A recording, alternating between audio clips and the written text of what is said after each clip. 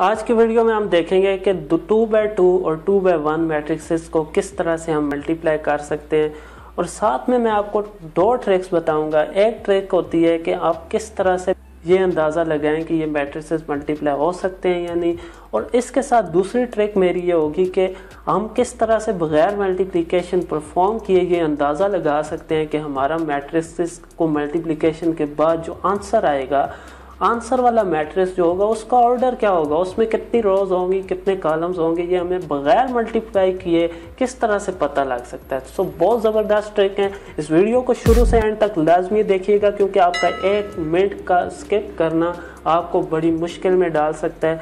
सो चलें स्टार्ट करते हैं वीडियो।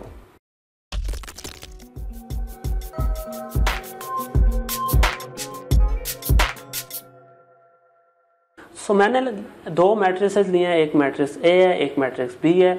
मैट्रिक्स ए और मैट्रिक्स बी। अब आपको सबसे पहले जब भी आपको दो मैट्रिसेस दिए जाएं, आपने ये करना है, आपने इनके ऑर्डर्स को लिख लेना है। अगर आपको ज़्यादा अंदाज़ा नहीं है, मैं उन लोगों के लिए जो बिल्कुल आप जिनको नहीं पता है मैट्रिसेस के बारे में, उनको बताता चलूँ कि ये देखें इस तरह से जो होती हैं ये रोज़ होती हैं, ये जो है ये रोज़ हैं। अब दो रोज़ हैं, इसी तरह इस तरह जो होती हैं, इस तरह जो होती हैं ये कॉलम्स होते हैं, दो कॉलम्स हैं। देखें दो रोज़ हैं और दो कॉलम हैं। और अगर हम इसको देखें तो बी मैट्रिक्स की दो रोज़ हैं और कॉलम कितना है, कॉलम इसका एक ही है और वो ये है। ठीक है, ये होते हैं रोज़ और कॉलम्स। अब सबसे पहले जब भी आपको दो मैट्रिसेस दिए जाएं, आपने क्या करना है, उनके ऑर्डर्स को लिख लेना है साइड बाय साइड। सबसे पहले ऑर्डर लिखते वक्त ख्याल करना है उसका जो फॉर्मेट होता है वो होता है पहले रो लिखनी है, फिर क्रॉस, फिर कॉलम्स। ये होता है ऑर्डर। तो दो रोज़ हैं और दो कॉलम्स हैं। इसी तरह बी मैट्रिक्स का देखा जाए तो उसके कितने रोज़ हैं और कितने कॉलम्स हैं, इसकी दो रोज़ हैं और एक कॉलम है।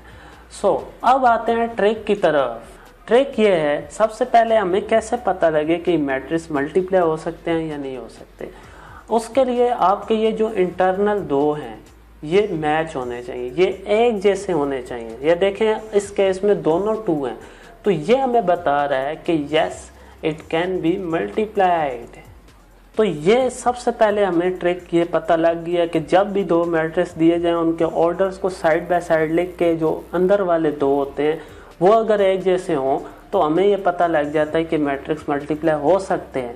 ठीक है, अब आते हैं दूसरी ट्रिक की तरफ कि इनको मल्टीप्लाई करने के बाद जो आंसर आएगा उसका ऑर्डर क्या होगा, उसकी कितनी रोज़ और कितने कॉलम्स होंगे।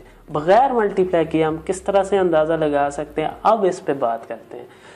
देखें जो आपके पास जो बच गए हैं इंटर बाहर वाले, ये वो आपको बताते हैं कि आपका जो रिजल्टेंट होगा उसका क्या हिसाब होगा, उसमें कितनी रोज़ होंगी, कितने कॉलम्स होंगे। तो वो आपको पता लग गया है कि उसमें दो रोज़ होंगी और एक कॉलम होगा। ये थी ट्रिक।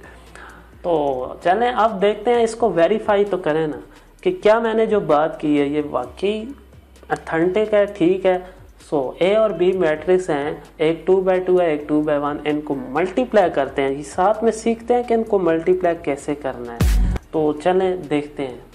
तो जब भी आपने इस क्वेश्चन को सॉल्व करना है उसको इस तरह करना है कि आपने देखें ए बी निकालना है। ए बी लिखा है इक्वल, पहले ए का मैट्रिक्स आएगा फिर बी का मैट्रिक्स आएगा और बीच में कोई साइन नहीं लगाना है, ना मल्टीप्लाई, ना डॉट, ना प्लस माइनस, ना ही इक्वल।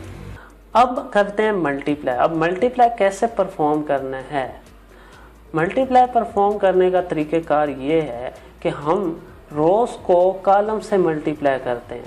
रो कौन सी है, रो ये है, इसको इस कॉलम के साथ मल्टीप्लाई करना है। और मल्टीप्लाई किस तरह करना है, सबसे पहले पहली एंट्री लेनी है, उसको पहली एंट्री से मल्टीप्लाई करना है और फिर इसको दोनों पहली एंट्रीज को डस्टबिन में डाल देना है, मतलब कि दोनों फिर नहीं यूज़ करने इस केस में। अगर आपका बी का मैट्रिक्स में और कॉलम होते तो फिर हम सेम रो को उनके साथ मल्टीप्लाई करते, लेकिन क्योंकि इसमें एक ही रो है बी मैट्रिक्स में तो आपने इसको दोबारा यूज़ नहीं करना है।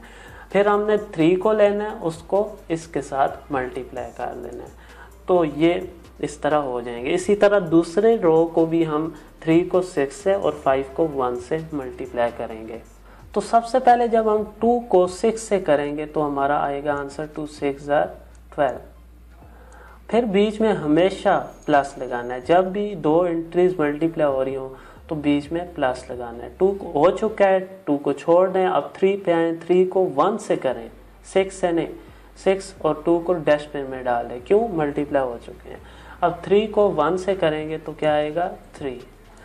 इसी तरह अब दूसरी रो है, पहला कॉलम है, देखें दूसरी रो है, रो दूसरी बनानी पड़ेगी यहाँ पे, यानी कि इसको आगे नहीं लिखना है, इधर लिखना है दूसरी रो, और कॉलम पहला है, यानी कि आपने इधर ही रहना है, आपने गैप दे कर नहीं लिखना है, वो दूसरा कॉलम बन जाएगा।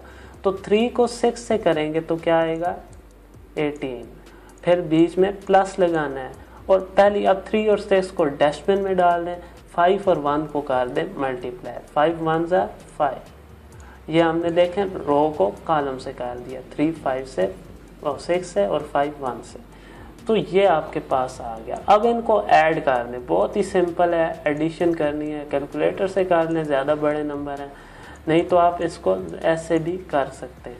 अब 12 + 3 जो होता है वो होता है 15, और 18 + 5 होता है 23, तो ये आपके पास आ गया आंसर। तो जो हमने अंदाज़ा लगाया था बगैर मल्टीप्लाई किए, वो अंदाज़ा ठीक है या नहीं। देखें हमने देखा था कि 2 रोज़ और 1 कॉलम आना चाहिए आखिर में आंसर, तो आप देख सकते हैं इसकी 2 रोज़ हैं और इसी तरह इसका 1 कॉलम है, हमेशा ये आउटर वाले 2 रोज़ और 1 कॉलम। हमारा अंदाज़ा बिल्कुल सही था और ये आंसर उसी फॉर्म में आया।